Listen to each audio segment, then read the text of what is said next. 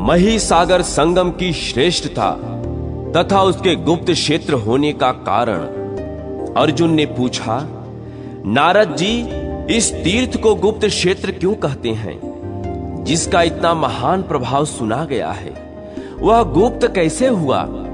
नारद जी बोले, अर्जुन, इस क्षेत्र के गुप्त होने का जो कारण है, उसके विषय में एक बहुत प्राचीन कथा है, उसका श्रवण करो। यह क्षेत्र पूर्व काल में शापवश गुप्त हो गया था। एक समय किसी निमित्त से सब तीर्थों के अधिदेवता एकत्र हो ब्रह्मा जी को प्रणाम करने के लिए उनकी सभा में गए। सब तीर्थों को आया हुआ देखकर ब्रह्मा जी अपने समस्त सभासदों के साथ उठकर खड़े हो गए। उनके नेत्र आश्चर्य से खिले हुए थे। भगवान ब्रह्मा ने हाथ जोड़कर सब तीर्थों को प्रणाम किया और इस प्रकार कहा, तीर्थवरों, आज आप सब लोगों के पदार्पण से पवित्र होकर हमारा स्थान सफल हो गया। हम सब देवता भी आपके दर्शन से बहुत पवित्र हो गए। तीर्थों का दर्शन, स्पर्श तथा स्नान सब परम कल्याण कारक हैं। बड़े बड़े पापों से भरे हुए जो भयंकर एवं अत्यंत निर्दय मनुष्य हैं, वे भी तीर्थ में पवित्र हो जाते हैं।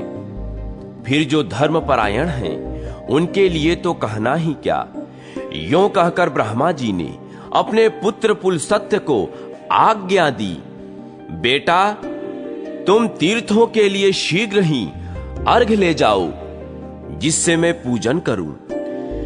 जब अर्घ देने योग्य असंख्य पुरुष एकत्र हो जाएं, तब पूजन काल में उन सब से श्रेष्ठ एक पुरुष को एक अर्घ प्रदान करना चाहिए। पिता की यह आज्ञा पाकर पुलस्त्य जी बड़े वेग से एक उत्तम अर्घ पात्र सजाकर ले आए। ब्रह्मा जी ने उसे हाथ में लेकर सब तीर्थों से कहा, आप सब लोग मिलकर किसी एक मुख्य तीर्थ का नाम बतलावें, मैं उसी को अर्घ देना चाहता हूं। ऐसा करने से मुझे अन्याय रूपी दोष नहीं लगेगा। तीर्थ बोले, प्रभु, हम किसी प्रकार भी आपस में श्रेष्ठता का निर्णय नहीं कर पाते, इसीलिए आपके पास आए हैं। आप ही हम में से जो श्रेष्ठ हो उसको समझकर अर्घ दीजिए। ब्रह्मा जी बोले, मैं आप लोगों में से किसी एक की श्रेष्ठता को नहीं समझ पाता। आप लोगों को नमस्कार है। आप सभी अपार महिमा से संपन्न हैं, अतः स्वयं ही अपने में से श्रेष्ठ पुरुष को बतलावें। ब्रह्मा जी के ऐसा कहने पर जब उनमें कोई भी बहुत देर तक कुछ न बोला, तब महिसागर संगम तीर्थ ने कहा, चतुरानन, आप शीघ्र मुझे यह अर्घ प्रदान करें, क्योंकि दूसरा कोई भी तीर्थ मेरी करोड़वीं कला के सामने पूरा नहीं पड़ता है। पूर्व काल में महाराज इंद्रद्युम्न की तपस्या से तप कर यह सर्व तीर्थमयी समूची पृथ्वी मही नाम वाली नदी हो गई है। वह सब तीर्थों सहित मुझसे आकर मिली है, इसीलिए मैं तीनों लोकों में सर्व तीर्थमय होकर प्रसिद्ध हूं। तीर्थराज महिसागर संगम के ऐसा कहने पर अन्य सभी तीर्थ मौन रहे। देखें ब्रह्मा जी हमारे विषय में क्या कहते हैं। यह सोचकर कोई कुछ न बोले। तब ब्रह्मा जी के ज्येष्ठ पुत्र धर्म ने अपनी दाहिनी भुजा उठाकर इस प्रकार कहा, अहो, बड़े कष्ट की बात है। इस तीर्थराज महिसागर संगम ने मोहवश बड़ी कुत्सित बात कह डाली। साधु पुरुषों को उचित है कि वे अपने में अच्छे गुण होते हुए भी उनका अपने ही मुख से बखान न करें। जो भरी सभा में दूसरों पर आक्षेप करते हुए अपने गुणों का वर्णन करता है, वह रजोगुणी, अहंकारी तथा निंदित है।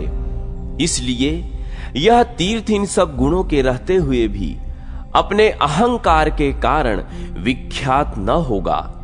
इसका स्वरूप विध्वस्त सा हो जाएगा। धर्मदेव के ऐसा कहने पर सब और हाहाकार का शब्द गूंज उठा। तब योगेश्वरी स्कंद जी तथा मैं दोनों शीघ्रता पूर्वक वहां जा पहुंचे। कार्तिकेय ने उस देव समाज में धर्म से इस प्रकार कहा, धर्म, तुमने धृष्टता के कारण जो यह शाप दे डाला है वह अनुचित ही हुआ। कोई भी बतावे तो सही कि तीनों लोकों में विद्यमान समस्त तीर्थों में कौन सा ऐसा तीर्थ है जिससे यह महिसागर संगम अर्घ पाने का अधिकारी नहीं है। इस तीर्थराज ने अपने जिस गुण का वर्णन किया है वह सब इसमें मौजूद है। ऐसी दशा में कौन सी बुराई हो गई, क्योंकि अवगुण तो झूठ बोलने वाले में है, सत्य कहने में नहीं। अहो, जो सबका पालन करने वाले हैं उनके द्वारा ऐसा बर्ताव होना कदापि उचित नहीं है। यदि वे भी विचार न करके ऐसे कार्य करेंगे तब प्रजा किसकी शरण में जाएगी।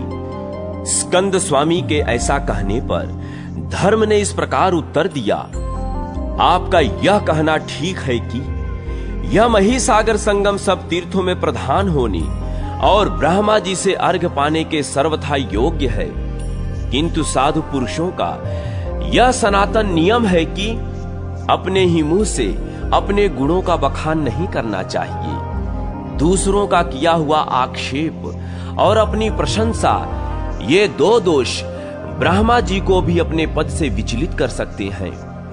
दूसरों पर आक्षेप करते हुए अपनी प्रशंसा करने वाले राजा ययाति क्या स्वर्ग से नीचे नहीं गिर गए थे। बुद्धिमान ईश्वर ने पूर्व काल में जो जो बातें प्रमाणित कर दी हैं उन सब का भली भांति पालन करना चाहिए। कौन विद्वान उनका उल्लंघन कर सकता है। कार्तिकेय जी, आपके पिता ने आदेश देकर जिस कार्य के लिए हमें नियुक्त किया है हम सदा उसी का पालन करते हैं, आपको भी उसका पालन करना चाहिए। यों कहकर धर्म जब अपनी मुद्रा त्याग देने को तैयार हो गए तब मैंने उस प्रस्ताव पर विचार करके यह बात कही, विश्व को धारण करने वाले परम महान महात्मा धर्म को नमस्कार है। ब्रह्मा, विष्णु और शिव भी जिनकी प्रतिदिन पूजा करते हैं उन पापनाशी धर्म को नमस्कार है। धर्म, यदि कदाचित आप मुद्रा त्याग देंगे तो हम लोगों की सत्ता कैसे रह सकती है। प्रभु, आप इस विश्व का नाश न कीजिए। योगीश्वर कार्तिकेय को आप सम्मान देने योग्य हैं। ये साक्षात भगवान शंकर के पुत्र हैं, अतः उन्हीं की भांति हम सब के लिए माननीय है। मानद, आपने इस तीर्थराज को विख्यात न होने का जो शाप दे दिया है उसका निवारण करने के लिए अनुग्रह कीजिए। मेरे ऐसा कहने पर ब्रह्मा जी ने मेरी प्रशंसा करते हुए कहा, धर्म, नारद ने अच्छी बात कही है, तुम इनकी बात मानो। तब धर्म ने कार्तिकेय जी से कहा, हम लोग जिसके किंकर हैं उन परम सिद्धि कार्तिकेय जी को नमस्कार है। स्कंद, मेरे नाथ, मेरी यह विनय ध्यान देकर सुनिए। स्तंभ अर्थात गर्व के कारण यह महातीर्थ अप्रसिद्ध होगा, तथापि शनिवार की अमावस्या को महिसागर की यात्रा करने से जो फल मिलेगा उस पर ध्यान दीजिए। प्रभास की 10 बार, पुष्कर की 7 बार और प्रयाग की 8 बार यात्रा करने से जो फल होता है वही फल इसकी 1 बार की यात्रा से प्राप्त होगा। इस प्रकार वरदान देने पर कार्तिकेय जी मन ही मन बहुत प्रसन्न हुए। ब्रह्मा जी ने भी एकाग्र चित्त होकर स्तंभ तीर्थ को अर्घ दिया और उसे सब तीर्थों में श्रेष्ठता प्रदान की। फिर सब तीर्थों और स्कंद स्वामी को सम्मान देकर विदा किया। इस तीर्थ के गुप्त होने का यही प्राचीन वृत्तांत है। इस प्रकार मैंने तुमसे संपूर्ण तीर्थ के महान फल का वर्णन किया। यह सब आदि से ही सुनकर पुरुष सब पापों से मुक्त हो जाता है। सूत जी कहते हैं, यह सब सुनकर विस्मय में पड़े हुए अर्जुन ने उस तीर्थ की बड़ी प्रशंसा की और नारद आदि से विदा लेकर द्वारका को प्रस्थान किया। घटोत्कच का विवाह और बर्बरी का जन्म। शौनक जी बोले, सूत जी, आपने गुप्त क्षेत्र के इस अत्यंत अद्भुत, परम पावन, अनुपम तथा हर्षवर्धक महात्म का वर्णन किया। यहां अब यह जानना चाहते हैं कि चंडिल और विजय कौन थे तथा सिद्ध माता की कृपा से उन्होंने कैसे सिद्धि प्राप्त की। यह सब यथार्थ रूप से कहिए। उग्रश्रवा सूत जी ने कहा, ब्राह्मण, इस विषय में मैं श्री व्यास जी के मुख से सुनी हुई गाथा कहूंगा। पहले की बात है, पांडवों ने राजा द्रुपद की पुत्री द्रौपदी को पाकर धृतराष्ट्र की आज्ञा से इंद्रप्रस्थ नामक नगर बसाया। वे वहां भगवान वासुदेव से सुरक्षित होकर रहते थे। एक समय पांडव अपनी राजसभा में बैठकर नाना प्रकार की बातें कर रहे थे। इतने में ही भीम का पुत्र घटोत्कच वहां आया।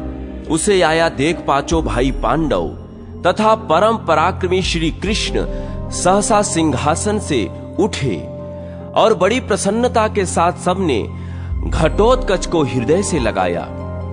भीम नंदन घटोत्कच ने अत्यंत विनीत भाव से उन सबको प्रणाम किया।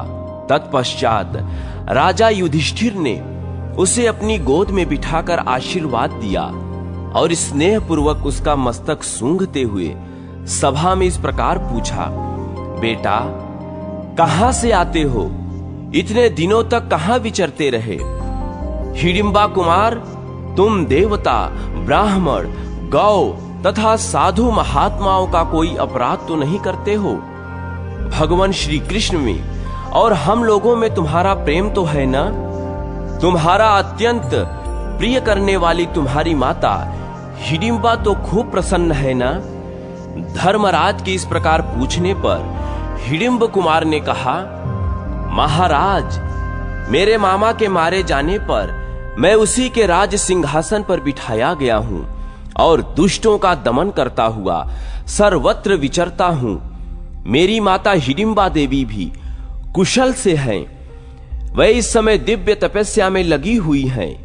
उन्होंने मुझे आज्ञा दी है, बेटा, तुम सदा अपने पिता पांडवों में भक्ति रखने वाले बनो। माता की यह बात सुनकर मैं भक्ति युक्त चित्त से आपको प्रणाम करने के लिए ही मेरुगिरी के शिखर से यहां आया हूं। मेरी इच्छा है कि आप लोग मुझे किसी महान कार्य में नियुक्त करें, क्योंकि यही इस जीवन का महान फल है कि पुत्र सदा अपने पितृवर्ग की आज्ञा का पालन करे। इससे वह पुण्य लोकों पर विजय पाता है और इस संसार में भी यशस्वी होता है। घटोत्कच के ऐसा कहने पर धर्मराज युधिष्ठिर उससे इस प्रकार बोले, बेटा, तुम ही हमारे भक्त और सहायक हो। हिडिंबा कुमार निश्चय ही जैसी माता होती है वैसा ही उसका पुत्र भी होता है। तुम्हारी माता हम लोगों के प्रति अविचल भक्ति रखने वाली है। तुम भी ऐसे ही हो। अहो, मेरी प्यारी पतोहू हिडिंबा देवी बड़ा कठिन कार्य कर रही है, जो कि अपने प्यारे पति की सेवा का सुख छोड़कर तपस्या में ही संलग्न है। इस प्रकार बहुत सी बातें कहकर धर्मराज ने भगवान श्री कृष्ण से कहा, पुंडरीकाक्ष, आप तो जानते ही हैं कि घटोत्कच का जन्म भीमसेन से हुआ है। यह उत्पन्न होते ही तरुण हो गया था। श्री कृष्ण, मैं चाहता हूं मेरे इस पुत्र को योग्य पत्नी प्राप्त हो। आप सर्वज्ञ हैं, बताइए इसके योग्य पत्नी कौन हो सकती है? धर्मराज के ऐसा कहने पर भगवान श्री कृष्ण ने क्षण भर ध्यान करके उनसे कहा, राजन, मैं बतलाता हूं। घटोत्कच के योग एक बड़ी सुंदरी स्त्री है, जो इस समय प्राग ज्योतिषपुर में निवास करती है। अद्भुत पराक्रम करने वाला जो मुर नामक दैत्य था, उसी की वह पुत्री है। मुर दैत्य बड़ा भयंकर था और पाशमय दुर्ग में रहता था, वह मेरे हाथ से मारा गया। उसके मारे जाने पर उसकी पुत्री कामक टंकटा मुझसे युद्ध करने के लिए आई। वह अत्यंत पराक्रमी होने के कारण बड़ी भयानक जान पड़ती थी। तब खंग और खेटक धारण करने वाली उस दैत्य कन्या के साथ महासमर में मैंने भी युद्ध आरंभ किया। मेरे श्रांग नामक धनुष से बड़े बड़े बाण छूटने लगे, परंतु मूर की पुत्री ने मेरे उन सभी बाणों को खंग से ही काट डाला। तब मैंने उसका वध करने के लिए अपना सुदर्शन चक्र उठाया। यह देख कामाख्या देवी मेरे आगे आकर खड़ी हो गई और इस प्रकार बोली, पुरुषोत्तम, आपको इसका वध नहीं करना चाहिए। मैंने स्वयं इसको खंग और खेटक प्रदान किए हैं जो अजेय हैं। कामाख्या देवी की यह बात सुनकर मैंने कहा, शुभे, मैं ही इस युद्ध से निवृत्त होता हूं, तुम इस कन्या को मना करो। तब कामाख्या देवी ने उसे हृदय से लगाकर कहा, भद्रे, तुम युद्ध से लौट चलो। ये माधव श्री कृष्ण युद्ध में दुर्जय हैं। कोई किसी प्रकार भी संग्राम में इन्हें मार नहीं सकता। संसार में ऐसा कोई वीर न तो हुआ है और न होगा जो इन्हें युद्ध में जीत सके। औरों की तो बात ही क्या है, साक्षात भगवान शंकर भी इन्हें परास्त नहीं कर सकते। बेटी, ये तुम्हारे भावी श्वशुर हैं, अतः तुम इन्हें प्रणाम करके युद्ध से हट जाओ, यही तुम्हारे लिए उचित होगा। तुम इनके भाई भीमसेन की पुत्र वधू होगी, इसलिए अपने श्वशुर के समान पूजनीय जनार्दन का तुम आदर करो। अब पिता के लिए तुम्हें शोक नहीं करना चाहिए। इन श्री कृष्ण के हाथ से जो तुम्हारे पिता की मृत्यु हुई है वह सर्वथा स्मरणीय है, क्योंकि इनके हाथ से मरने पर अब तुम्हारे पिता सब पातकों से मुक्त होकर विष्णु धाम में चले गए। कामाख्या के ऐसा कहने पर कामक टंकटा ने क्रोध त्याग दिया और विनीत अंगों से मुझे प्रणाम किया। तब मैंने उसे आशीर्वाद देकर कहा, बेटी, तुम भगदत्त से सम्मानित होकर इस नगरी में निवास करो। यहां रहती हुई ही तुम वीर हिडिंबा कुमार को पति रूप में प्राप्त करोगी। इस प्रकार आश्वासन देकर मैंने कामाख्या देवी तथा मौरवी मुरपुत्री को विदा किया। फिर वहां से द्वारका होता हुआ मैं यहां आकर आपसे मिला हूं। अतः वह मुरदैत्य की सुंदरी कन्या घटोत्कच के लिए योग्य स्त्री है। मैं श्वशुर हूं, इसलिए मेरे द्वारा उसके रूप का वर्णन करना उचित न होगा। साधु पुरुषों के लिए यह कदाप उचित नहीं है कि वह स्त्रियों के रूप सौंदर्य का वर्णन करे। एक बात और सुन लीजिए, उसने प्रतिज्ञा कर रखी है कि जो मुझे किसी प्रश्न पर निरुत्तर करके जीत ले तथा जो मेरे समान ही बलवान हो वही मेरा पति होगा। उसकी यह प्रतिज्ञा सुनकर बहुत से दैत्य तथा राक्षस उसे जीतने के लिए गए, किंतु मौरवी ने उन सबको परास्त कर मार डाला। यदि महापराक्रमी घटोत्कच ऐसी मौरवी को जीतने का उत्साह रखता हो तो वह अवश्य ही इसकी पत्नी होगी। युधिष्ठिर बोले, प्रभो, उसके सब गुणों से क्या लाभ है जब उसमें यह एक ही महान अवगुण भरा हुआ है। उस दूध को लेकर क्या किया जाएगा जिसमें विष मिला दिया गया हो। अपने प्राणों से भी अधिक प्यारे भीमसेन कुमार को केवल साहस के भरोसे कैसे इस संकट में डाल दे। यह बेचारा तो शुद्ध वाक्य भी बोलना नहीं जानता। जनार्दन, देश देश में और भी बहुत सी स्त्रियां हैं, उन्हीं में किसी उत्तम स्त्री को बतलाइए। भीमसेन बोले, भगवान श्री कृष्ण ने जो बात कही है वह अनेक प्रयोजनों को सिद्ध करने वाली सत्य और उत्तम है। मेरा विश्वास है घटोत्कच शीघ्र ही मौरवी को प्राप्त करेगा। अर्जुन बोले, कामाख्या देवी ने मौरवी से कहा है भद्रे, भीमसेन का पुत्र तुम्हारा पाणी ग्रहण करेगा। इस कारण मेरी राय यही है कि घटोत्कच शीघ्र वहां जाए। श्री भगवान बोले, अर्जुन, मुझको तुम्हारी और भीम की बात पसंद है। हिडिंबा कुमार, बोलो तुम्हारी क्या राय है? घटोत्कच ने कहा, पूजनीय पुरुषों के आगे अपने गुणों का वर्णन करना उचित नहीं है। सूर्य की किरणें और उत्तम गुण व्यवहार में आकर ही प्रकाशित होते हैं। मैं सर्वथा ऐसी चेष्टा करूंगा जिससे मेरे निर्मल पिता पांडव मुझ पुत्र के कारण सत्पुरुषों की सभा में लज्जित न हो। यो कहकर महाबाहु घटोत्कच ने उन सबको प्रणाम किया। फिर पितरों से विजय का आशीर्वाद पाकर उत्साह संपन्न हो वहां से जाने का विचार किया। उस समय भगवान जनार्दन ने उसकी प्रशंसा करके कहा, बेटा, कथा कहते हैं समय विजय की प्राप्ति कराने वाले मुझ श्री कृष्ण का स्मरण अवश्य कर लेना, जिससे मैं तुम्हारी दुर्भेद बुद्धि को अविलंब बढ़ा दूंगा।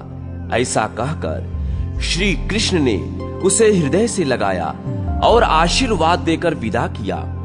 तदनंतर हिडिंबा कुमार महापराक्रमी घटोत्कच, सूर्याक्ष, बालाख्य और महोदर इन 3 सेवकों के साथ आकाश मार्ग से चला और दिन बीतते बीतते प्राग ज्योतिषपुर में जा पहुंचा। वहां जाने पर घटोत्कच ने प्राग ज्योतिषपुर से बाहर एक सोने का सुंदर भवन देखा, जो एक विशाल वाटिका में शोभा पा रहा था। उसकी ऊंचाई 1000 मंजिल की थी। मेरु पर्वत के शिखर की भांति सुशोभित होने वाले उस भवन के पास पहुंचकर घटोत्कच ने देखा, दरवाजे पर एक सखी खड़ी है। उसका नाम कर्णप्रावर्णा था। वीर हिडिंबा कुमार ने सरस भाषा में उससे पूछा, कल्याणी, मुर की पुत्री कहां है? मैं दूर देश से आया हूं, उनकी कामना करने वाला अतिथि हूं और उन्हें देखना चाहता हूं। भीमसेन कुमार की यह बात सुनकर वह निशाचरी लड़खड़ाती हुई दौड़ी और महल की छत पर बैठी हुई मौरवी के पास जाकर इस प्रकार बोली, देवी, कोई सुंदर तरुण काम का अतिथि होकर तुम्हारे द्वार पर खड़ा है। उसके समान सुंदर कांति वाला पुरुष कोई त्रिलोकी में नहीं होगा। अतः अब उसके लिए क्या कर्तव्य है, यह आज्ञा दीजिए। कामक टंकटा बोली, अरे उन्हें शीघ्र ले आ, क्यों विलंब करती है? कदाचित दैव की सहायता से उन्हीं के द्वारा मेरी प्रतिज्ञा की पूर्ति हो जाए। मौरवी के ऐसा कहने पर दासी ने घटोत्कच के पास जाकर कहा, कामी पुरुष, उस मृत्यु रूपा नारी के समीप शीघ्र जाओ। उसके ऐसा कहने पर हंसते हुए घटोत्कच ने वहीं पर अपना धनुष छोड़कर घर के भीतर प्रवेश किया और विद्युत की भांति प्रकाशित होने वाली उस दैत्य कन्या को देखकर इस प्रकार सोचा, अहो, मेरे पितृ स्वरूप श्री कृष्ण ने मेरे लिए योग्य स्त्री को ही बतलाया है। इस प्रकार विचार करते हुए उसने मौरवी से कहा, ओ वज्र के समान कठोर हृदय वाली निष्ठुर नारी, मैं अतिथि होकर तुम्हारे घर आया हूं, अतः सत्पुरुषों के लिए जो उचित स्वागत सत्कार है वह अपने हार्दिक भाव के अनुसार करो। हिडिंबा कुमार का यह वचन सुनकर कामक टंकटा उसके रूप से विस्मित हो अपनी निंदा करके इस प्रकार बोली, भद्र पुरुष, तुम व्यर्थ ही यहां चले आए, जीते जी पुनः सुखपूर्वक लौट जाओ, अथवा यदि मुझे चाहते हो तो शीघ्र कोई कथा कहो। कथा कहकर यदि मुझे संदेह में डाल दोगे तो मैं तुम्हारे वश में हो जाऊंगी। उसके बाद मेरे द्वारा तुम्हारी सेवा होगी। उसके ऐसा कहने पर घटोत्कच ने यह संपूर्ण चराचर जगत जिनकी कथा है उन भगवान श्री कृष्ण का स्मरण करके कथा प्रारंभ की। मान लो किसी पत्नी के गर्भ से कोई बालक उत्पन्न हुआ, जो युवा होने पर बड़ा अजितेंद्रिय निकला। उस युवक के एक पुत्री हुई तथा उसकी पत्नी मर गई। तब पिता ने ही उस नन्ही सी पुत्री की रक्षा एवं पालन पोषण किया।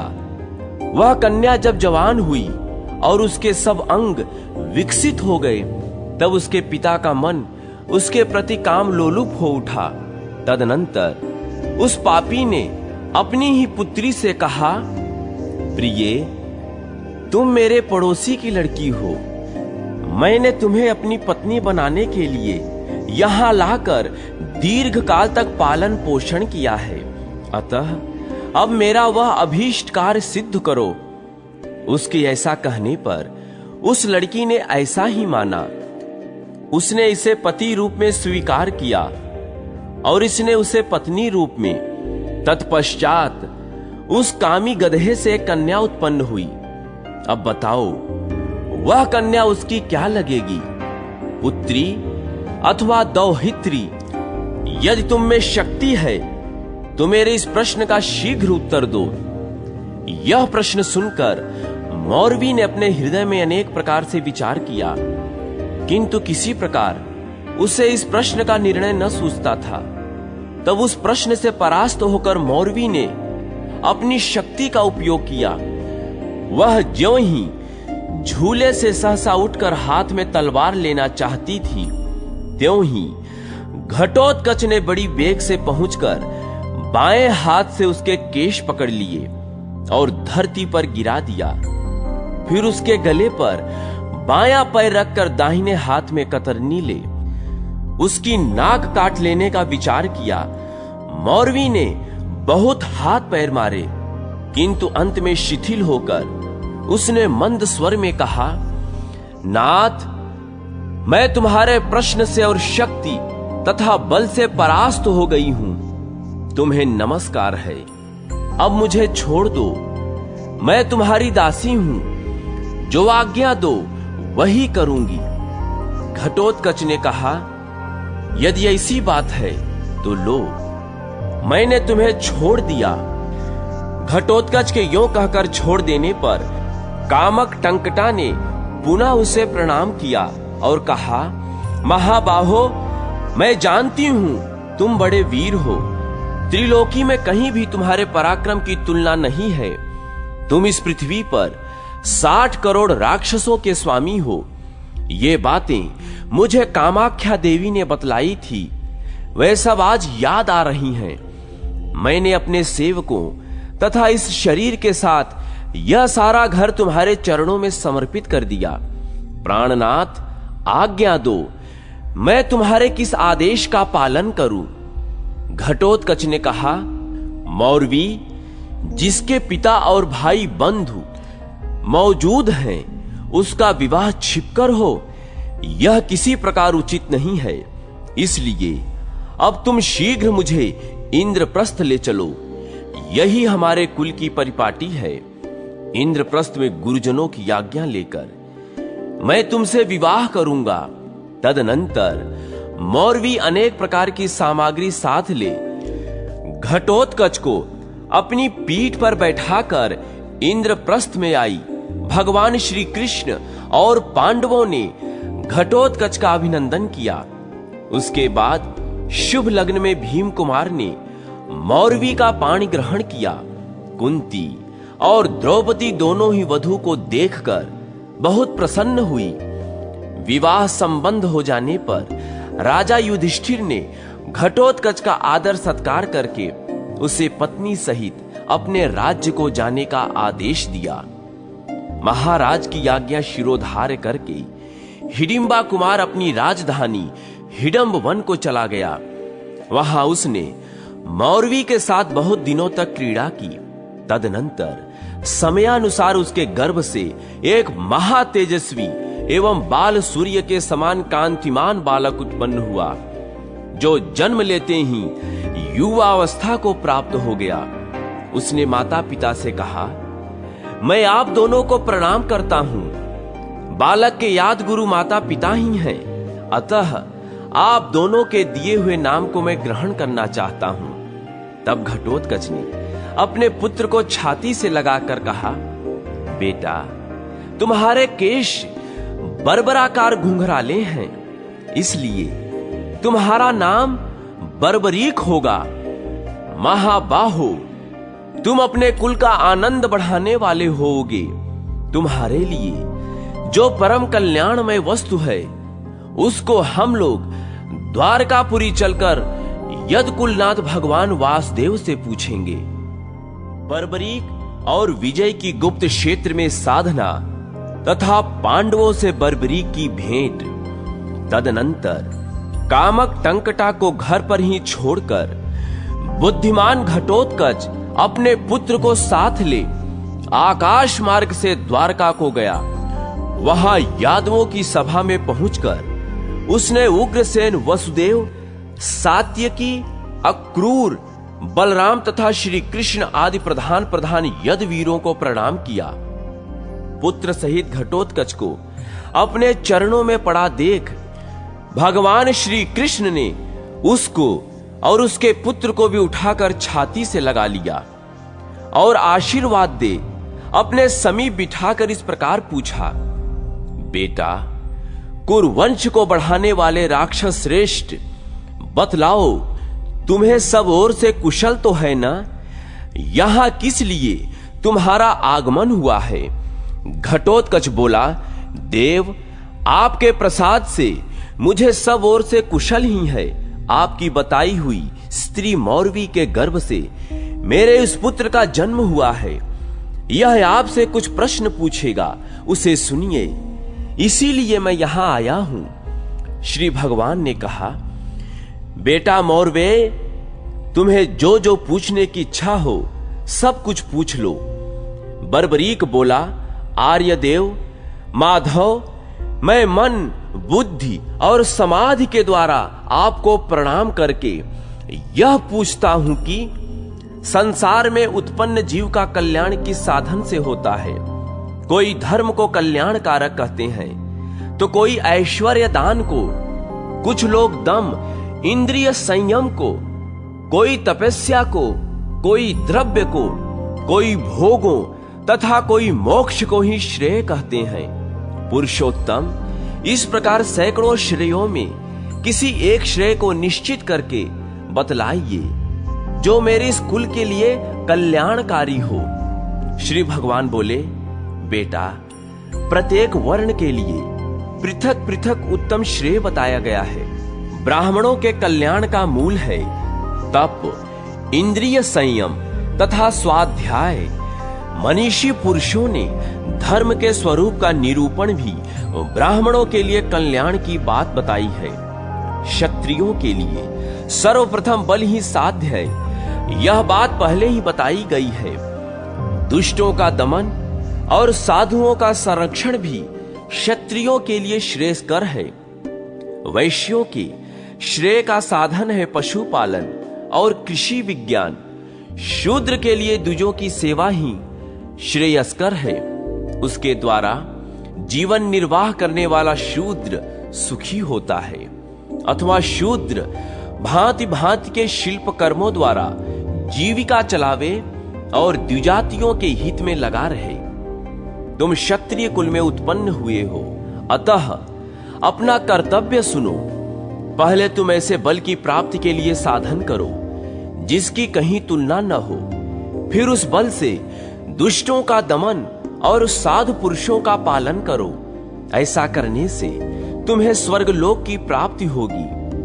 बेटा, देवियों की अत्यंत कृपा होने से ही बल प्राप्त होता है, इसलिए तुम बल प्राप्त करने के उद्देश्य से देवी की आराधना करो।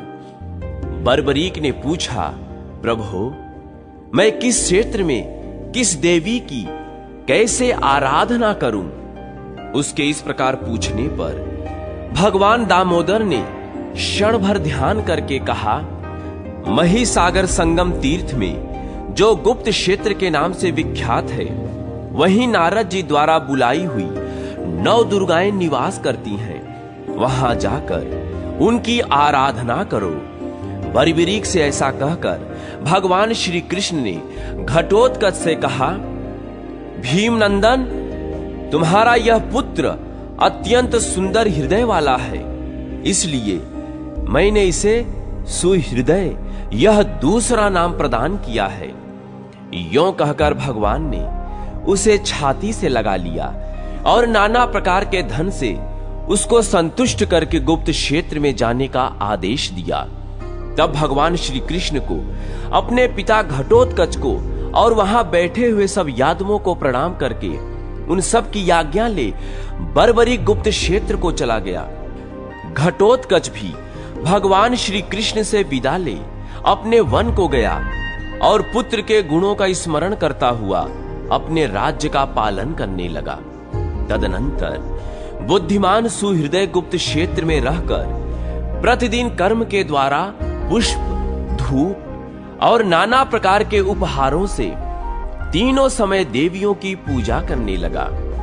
3 वर्षों तक आराधना करने पर देवियां उस पर बहुत संतुष्ट हुई और प्रत्यक्ष दर्शन देकर उन्होंने उसको ऐसा दुर्लभ बल प्रदान किया जो तीनों लोकों में किसी के पास नहीं है।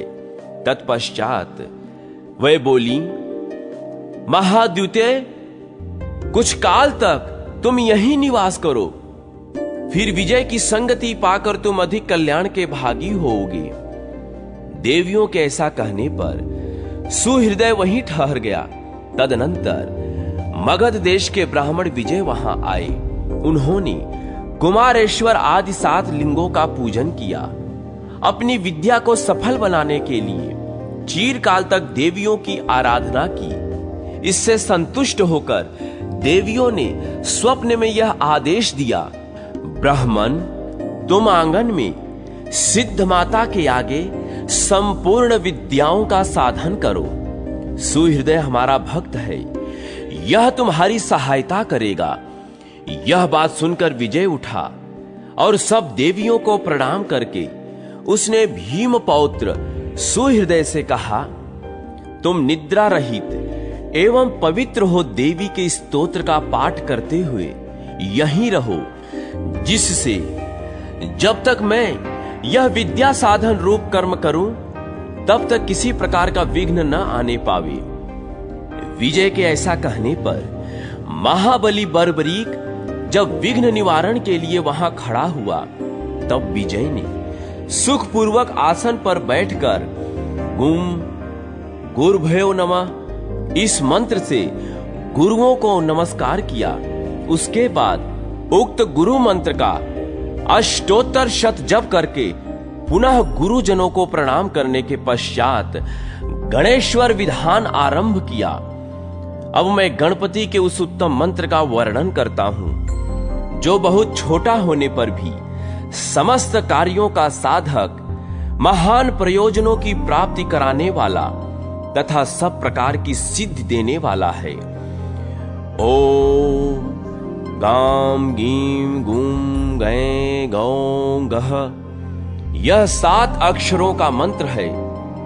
मंत्र का विनियोग वाक्य इस प्रकार है, ओम अस्य गणपति मंत्रस्य गणो नाम ऋषविघ्नेश्वरो देवता गम बीजम ओम शक्तिः पूजार्थे जपार्थे तिलकार्थे वा मन ईप्सियार्थे होमार्थे वा विनियोगः, अर्थात इस गणपति मंत्र के गण नामक ऋषि, विघ्नेश्वर, देवता, गम बीज और ओम शक्ति है।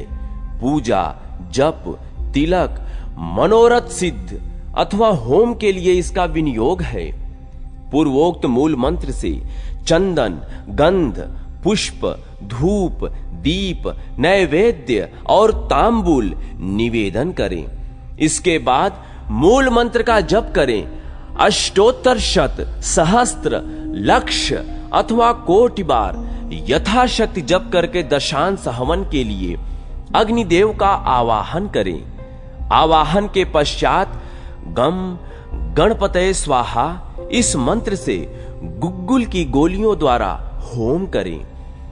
जो इस प्रकार सब विघ्नों में इस उत्तम मंत्र का साधन करता है, उसके समस्त विघ्न नष्ट होते हैं और उसे मनोभीष्ट वस्तुओं की प्राप्ति होती है। विजय भी इस गणेश्वर कल्प को जानते थे, अतः उन्होंने अष्टोत्तर शत जप करके गुग्गुल की गुटिकाओं द्वारा दशांश आहुति दी और सिद्ध विनायक का पूजन किया। इसके बाद सिद्धांबिका को नमस्कार करके अपराजिता नामक वैष्णवी महाविद्या का साधन सहित जप किया, जिसके स्मरण मात्र से सब दुखों का नाश हो जाता है। विप्रवर, मैं उस विद्या का वर्णन करता हूं, सुनो। ओम भगवान वासुदेव को नमस्कार है। सहस्त्र मस्तकों वाले भगवान अनंत को नमस्कार है, जो क्षीर समुद्र में शयन करते हैं। शेष नाग का विशाल शरीर जिनकी शैया है, गरुण जिनका वाहन है, जो पीतांबर धारण करते हैं। वासुदेव, संकर्षण, प्रद्युम्न और अनिरुद्ध, ये चारों व्यूह जिनके स्वरूप हैं, जिन्होंने हयग्रीव रूप धारण किया है, उन्हीं भगवान विष्णु को नमस्कार है।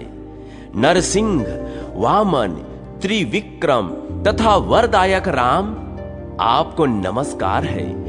विश्वरूप, बहुरूप, मधुसूदन, महावराह, महापुरुष, वैकुंठ, नारायण, पद्मनाभ, गोविंद, दामोदर, ऋषिकेश, समस्त असुरों का संहार करने वाले, संपूर्ण प्राणियों को अपने वश में रखने वाले, सब दुखों का नाश करने वाले, संपूर्ण विपत्तियों का भंजन करने वाले, सब नागों का मान मर्दन करने वाले सर्वदेव महेश्वर, सबका बंधन छुड़ाने वाले, सब शत्रुओं का संहार करने वाले, समस्त जड़ों का नाश करने वाले, संपूर्ण ग्रहों का निवारण तथा सब पापों का शमन करने वाले, भक्तजन, आनंददायक जनार्दन, आपको नमस्कार है। आपके लिए सुंदर भविष्य का भाग समर्पित है। जो साधक इस अपराजिता वैष्णवी महाविद्या का जप पाठ, श्रवण, स्मरण, धारण और कीर्तन करता है, उसे वायु, अग्नि, वज्र, पत्थर, बिजली और वर्षा का भय नहीं प्राप्त होता। उसके लिए समुद्र से, ग्रहों से तथा चोरों से भी भय नहीं रहता है। इस प्रकार विजय ने संयमशील होकर मन, बुद्धि और समाधि के द्वारा इस अपराजिता वैष्णवी महाविद्या का साधन आरंभ किया। जो बिना साधन के भी प्रतिदिन इस विद्या का पाठ करता है, उसके भी समस्त विघ्न नष्ट हो जाते हैं। विजय साधन में लगे थे। उस समय रात्रि के पहले पहर में एक राक्षसी ने विघ्न उपस्थित किया, किंतु बर्बरीक ने उस राक्षसी को भगा दिया। तत्पश्चात आधी रात में दूसरा विघ्न उपस्थित हुआ। बर्बरीक ने उसका भी निवारण किया। तदनंतर रेपलेंद्र नामक एक दानव विजय की ओर दौड़ा। उसका शरीर 1 योजन लंबा था। उसके मस्तक और उदर 100 थे। वह अपने मुखों से अग्नि की बड़ी भारी ज्वाला उगलता हुआ आ रहा था। उसे दौड़कर आते देख महाबली बर्बरीक भी उसकी ओर बड़े वेग से बढ़े। दोनों बहुत देर तक स्थिरता पूर्वक युद्ध करते रहे। फिर बर्बरीक ने उसे भूमि पर गिराकर खूब रगड़ा और तब तक नहीं छोड़ा जब तक उसके प्राण नहीं निकल गए। मरने पर उसे अग्निकोण में महिसागर संगम के तट पर फेंक दिया। इस प्रकार उसका वध करके वीर बर्बरीक पुनः विजय की रक्षा के लिए खड़ा हो गया।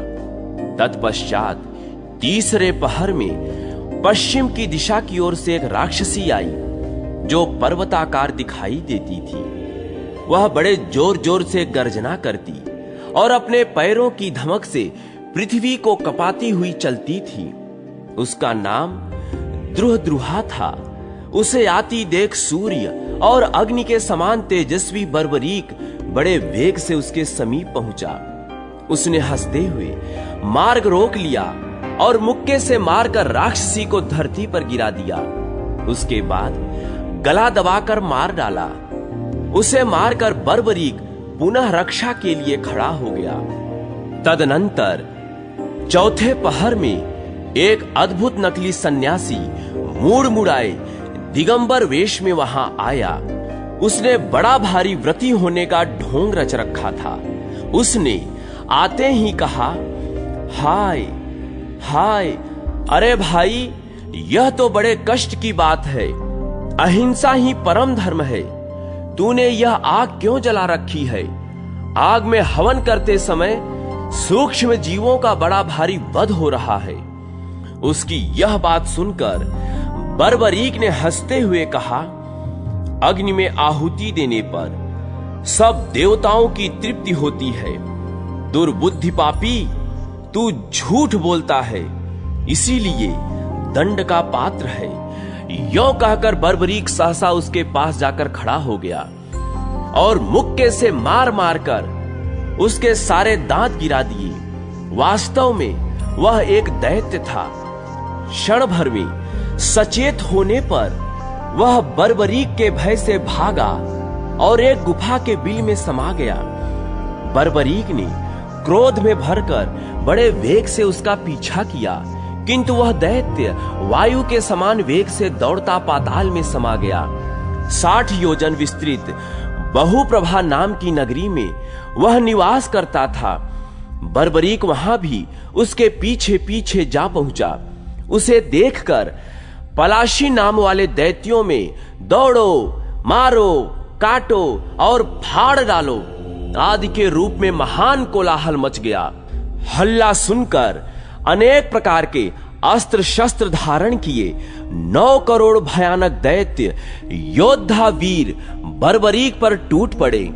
इस प्रकार करोड़ों दैत्यों को देखकर घटोत्कच का पुत्र क्रोध से जल उठा। उसने किन्हीं को पैरों से, किन्हीं को भुजदंडों से और किन्हीं को छाती के धक्के से मार मार कर क्षण भर में यमलोक पहुंचा दिया। दैत्यों के मारे जाने पर वासुकी आदि नाग वहां आए और नाना प्रकार के प्रिय वचनों द्वारा सुहृदय की स्तुति करते हुए बोले, भैमीनंदन, आपने नागों का बड़ा भारी उपकार किया, क्योंकि आपके द्वारा यह पलाशी नामक दैत्य अपने सेवकों सहित मारा गया। वीर, इस दुरात्मा ने अपने सेवकों की सहायता से भांति भांति के उपाय करके हम लोगों को बड़ी पीड़ा पहुंचाई थी और पाताल से भी नीचे कर दिया था। आज आप हम नागों से कोई मनोवांछित वर मांगिए। हम सब आप पर प्रसन्न हैं और वर देने को उत्सुक हैं। बर्बरीक बोला, नागगण, यदि मुझे वर देना है तो मैं यही मांगता हूं कि विजय सब प्रकार के विघ्नों से मुक्त होकर सिद्धि प्राप्त कर ले। तब नागों ने प्रसन्न होकर कहा, बहुत अच्छा, ऐसा ही होगा। बर्बरीक नागों को वह दैत्यपुरी देकर उनके द्वारा सम्मानित हो वहां से लौटा। बिल के मनोहर मार्ग से लौटते समय उसने देखा कल्प वृक्ष के नीचे एक सर्वरत्नमय लिंग विराजमान है। उसका महान प्रकाश सब ओर से फैल रहा है तथा बहुत सी नाग कन्याएं उसका पूजन कर रही हैं। यह सब देखकर बर्बरीक को बड़ा विस्मय हुआ। उसने नाग कन्याओं से पूछा, सूर्य और अग्नि के समान तेजस्वी इस शिवलिंग की स्थापना किसने की है तथा इस शिवलिंग से चारों दिशाओं की ओर जो ये मार्ग गए हैं, इनका भी परिचय दो। वीर, बर्बरीक का यह वचन सुनकर नाग कन्याओं ने सकुचाते हुए कहा, संपूर्ण नागों के राजा महात्मा शेष ने तपस्या करके यहां इस महालिंग की स्थापना की है। इसके दर्शन, स्पर्श, ध्यान और पूजन से यह सब सिद्धियों को देने वाला है। इस लिंग को पूर्व दिशा की ओर जाने वाला यह मार्ग भूलोक में श्री पर्वत तक चला गया है। नाग लोग सुविधा पूर्वक वहां तक पहुंच सके, इसके लिए इलापत्र नामक नाग ने इस मार्ग का निर्माण किया है।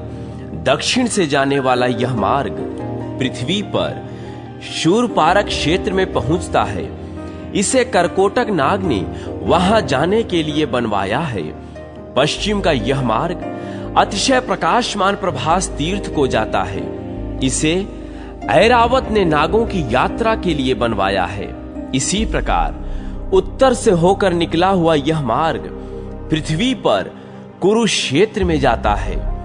महात्मा तक्षक ने वहां जाने के लिए यह मार्ग तैयार किया है। लिंग से ऊपर की ओर जो मार्ग जाता है, जिससे जाने के लिए आप खड़े हैं, यह गुप्त क्षेत्र में सिद्ध लिंग के पास गया है। यह मार्ग स्वामी स्कंद ने अपनी शक्ति के प्रहार से बनाया है। वीर, ये सब बातें हमने बता दी। अब हमारा निवेदन सुनिए। पहले तो यह बताइए कि आप कौन हैं? अभी अभी आप दैत्य के पीछे लगे थे और अब अकेले ही लौट रहे हैं। इसका क्या कारण है? हम सब आपकी दासियां हैं और पति रूप में आपका वर्ण करती हैं।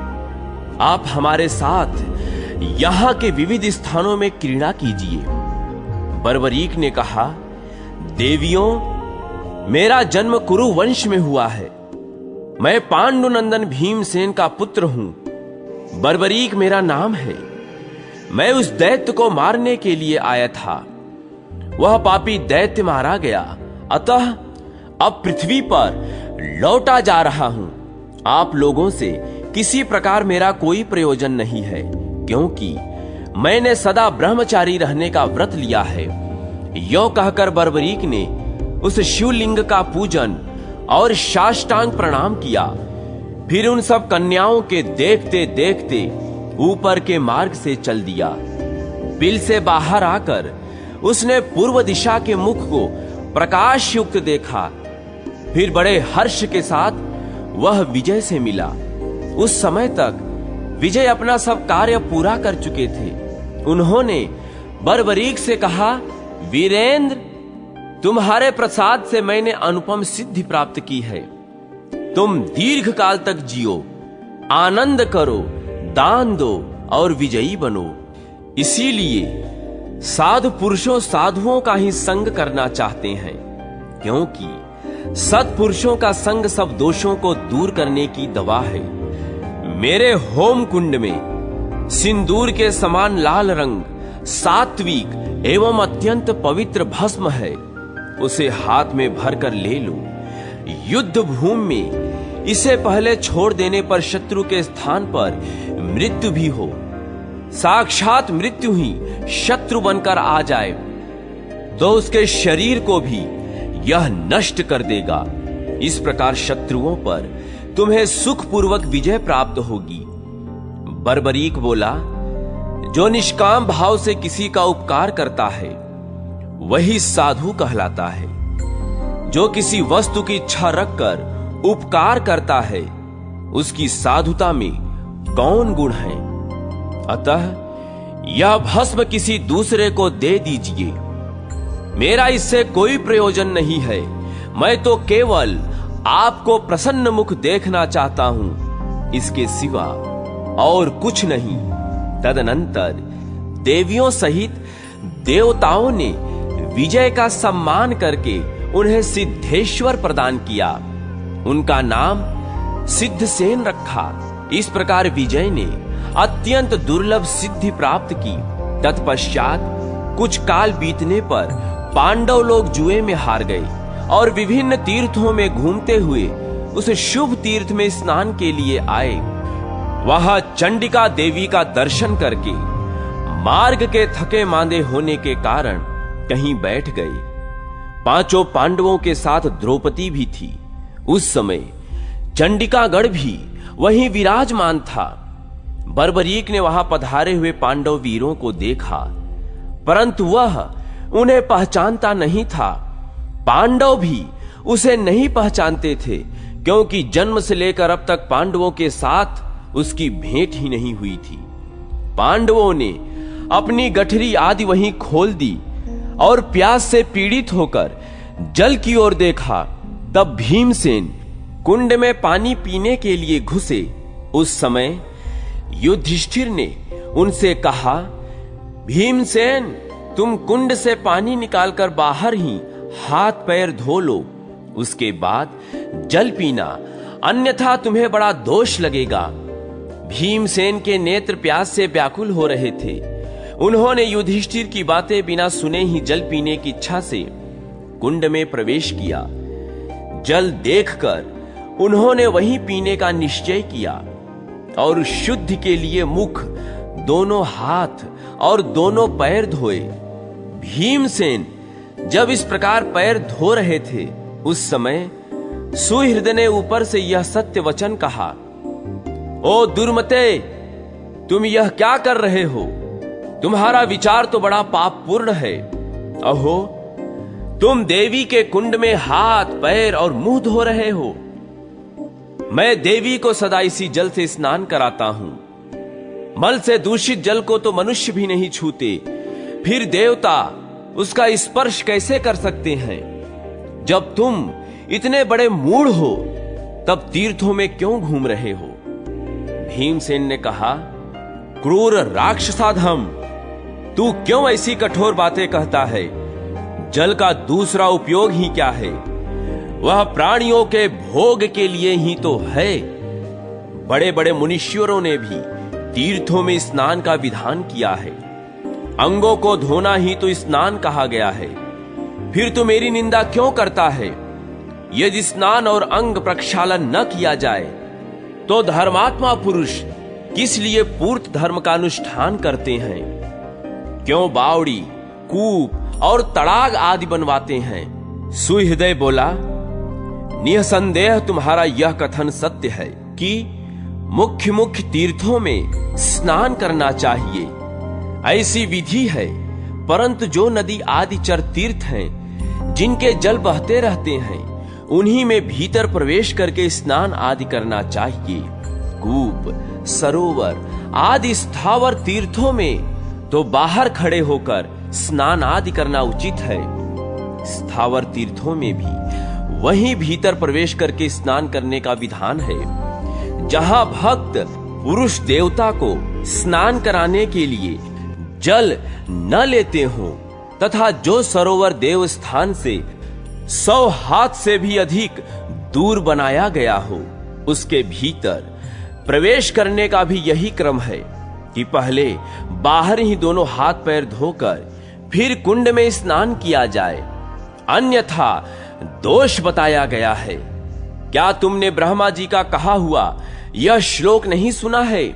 जो जल में मल, मूत्र, विष्ठा, कफ, थूक और कुल्ला छोड़ते हैं, वे ब्रह्म हत्यारों के समान हैं। इसीलिए ओ दुराचारी, तुम शीघ्र जल से बाहर निकल आओ। यदि तुम्हारी इंद्रियां तुम्हारे काबू में नहीं है, तो तुम तीर्थों में किस लिए घूमते हो? नादान, जिसके हाथ पैर और मन भली भांति संयम में हो और जिसके द्वारा समस्त क्रियाएं निर्विकार भाव से की जाती हो, वही तीर्थ का फल पाता है। मनुष्य पुण्य कर्म के द्वारा यदि 2 घड़ी भी जीवित रहे तो वह उत्तम है, परंतु उभय लोक विरोधी पाप कर्म के साथ 1 कल्प की आयु मिले तो उसे न स्वीकार करें। भीमसेन बोले, कौओं की तरह तेरी काय काय की कर्कश ध्वनि से मेरे तो कान बहरे हो गए। अब तू अपनी इच्छा के अनुसार यहां विलाप कर या चिंता के मारे सूख जा, मैं तो जल पीकर ही रहूंगा।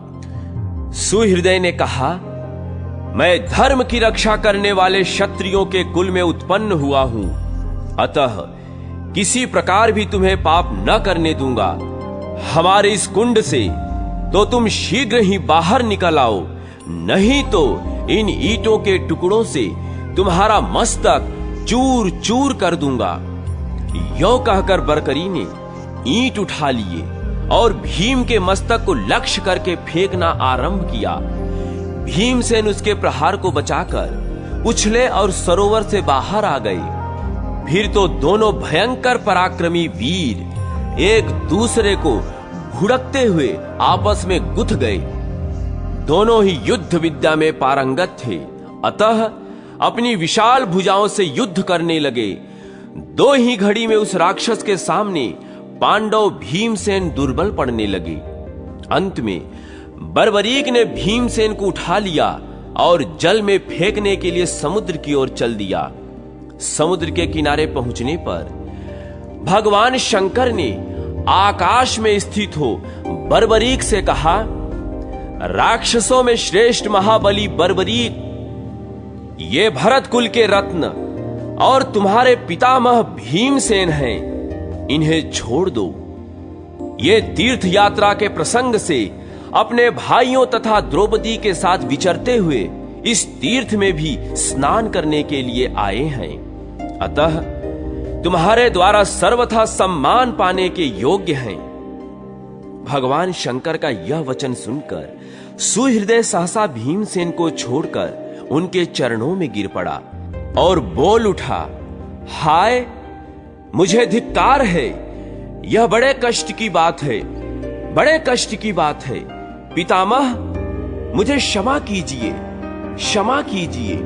उसने इस प्रकार शोक करते हुए बार बार मोहित होते देख भीमसेन ने छाती से लगा लिया और स्नेह से मस्तक सूंघ कर कहा, वत्स, जन्म काल से ही न तो हम तुम्हें पहचानते हैं न तुम हमको। केवल घटोत्कच तथा भगवान श्री कृष्ण से यह सुन रखा है कि तुम इसी तीर्थ में निवास करते हो, किंतु यह सब बात भी हमें भूल गई थी, क्योंकि जो लोग अनेक प्रकार के दुखों से दुखी और मोहित होते हैं, उनकी सारी स्मरण शक्ति नष्ट हो जाती है। अतः हम पर जो यह दुख आया है वह सब काल की प्रेरणा से प्राप्त हुआ है। बेटा, तुम शोक न करो, तुम्हारा इसमें तनिक भी दोष नहीं है, क्योंकि कुमार्ग पर चलने वाला कोई भी क्यों न हो, क्षत्रिय के लिए दंडनीय है। साधु क्षत्रिय को उचित है कि यदि कुमार्ग पर चले तो अपनी आत्मा को भी दंड दे। फिर पिता, माता, सुहृद, भ्राता और पुत्र आदि के लिए तो कहना ही क्या है। मुझे आज बड़ा हर्ष प्राप्त हुआ। मैं और मेरे पूर्वज धन्य हैं, जिनका पुत्र ऐसा धर्मज्ञ और धर्मपालक है। तुम वर पाने के योग्य हो, मेरे तथा दूसरे सत्पुरुषों के द्वारा प्रशंसा पाने के अधिकारी हो। अतः यह शोक छोड़कर तुम्हें स्वस्थ हो जाना चाहिए। बर्बरीक बोला, पितामह, मैं पापी हूं, ब्रह्म हत्यारे से भी अधिक घृणा का पात्र हूं, प्रशंसा के योग्य कदापि नहीं हूं।